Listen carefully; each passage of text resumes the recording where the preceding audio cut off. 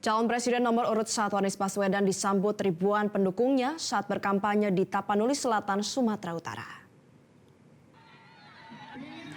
Dalam sambutannya, Anies mengaku senang bisa kembali ke Sumatera Utara.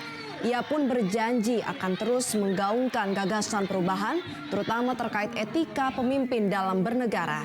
Menurutnya, tata cara penyelenggaraan Indonesia dengan mengedepankan etika harus dikembalikan, karena hal tersebut sama dengan mengembalikan kehormatan bernegara. Anies juga menyampaikan pentingnya kebebasan berbicara dan berekspresi dan akan menjadi salah satu agenda utama pasangan Amin jika menjadi presiden dan wakil presiden terpilih 2024. Saudara-saudara semua, kita berkumpul di sini bukan sekedar untuk bertatap mata, bukan sekedar untuk bertatap muka. Kita berkumpul di sini karena kita ingin menjadikan Indonesia adil makmur untuk semua. Kita ingin melakukan perubahan.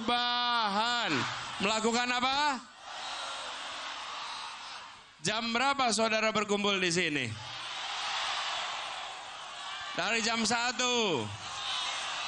Apakah saudara dibayar datang ke sini? Apakah saudara diberi uang datang ke sini?